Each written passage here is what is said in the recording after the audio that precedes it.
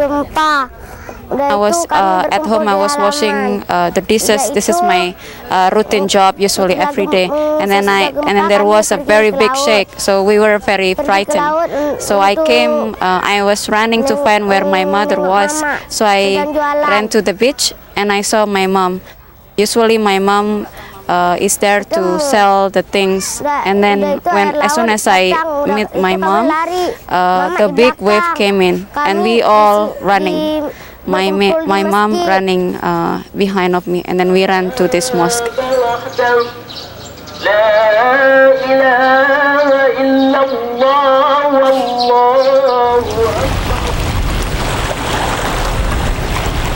This response was a very significant challenge. It was the day after Christmas.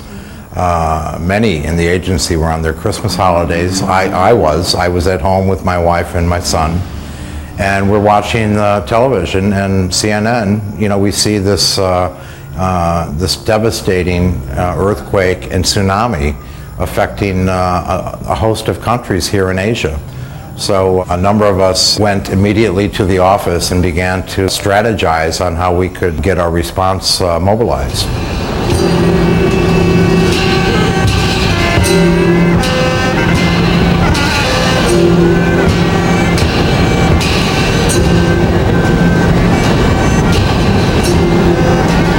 The western coast was the most affected area of the tsunami, going down about 350 kilometers from the top of Sumatra south by southwest.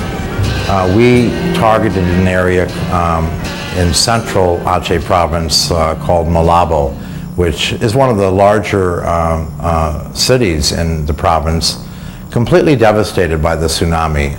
The statistics are still very uncertain, but I would venture to guess, just from having been there, that at least 40% of the city was washed away, and Lord knows how many people, probably a good 40% of the population perished as well. We chose that area because it was one of the areas that agencies were having difficulty to get into. And we knew from our own assessments that the people there had not received relief supplies. Some of them hadn't received things for 3 weeks. So we looked, this was an area where we felt there was the greatest need. Today we will, use 8 trucks, to load about 20 tons of rice and 2 tons of noodles and biscuits.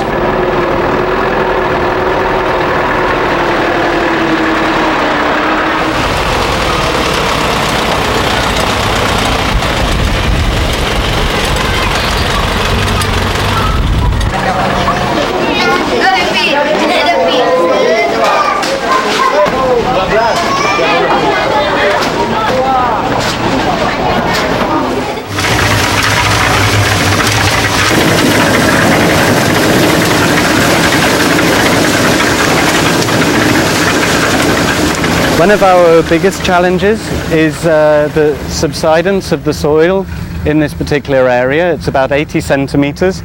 And as you can see, just where the wooden structure is over there, that was about 20 meters away from the original sea wall here. The sea wall's been heavily disrupted. There's been the subsidence, and now effectively Pangong is most of it is underwater at high tide. So we need to be rebuilding the seawall and working out how to do it in order to ensure good sanitation at the same time.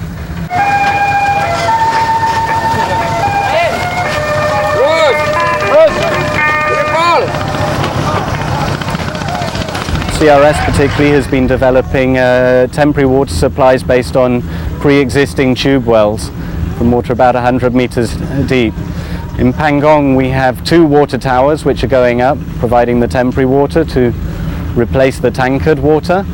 And then at the end of this year we'll start a water and sanitation village development plan in which we will be involving the community in the decision making for a permanent water system.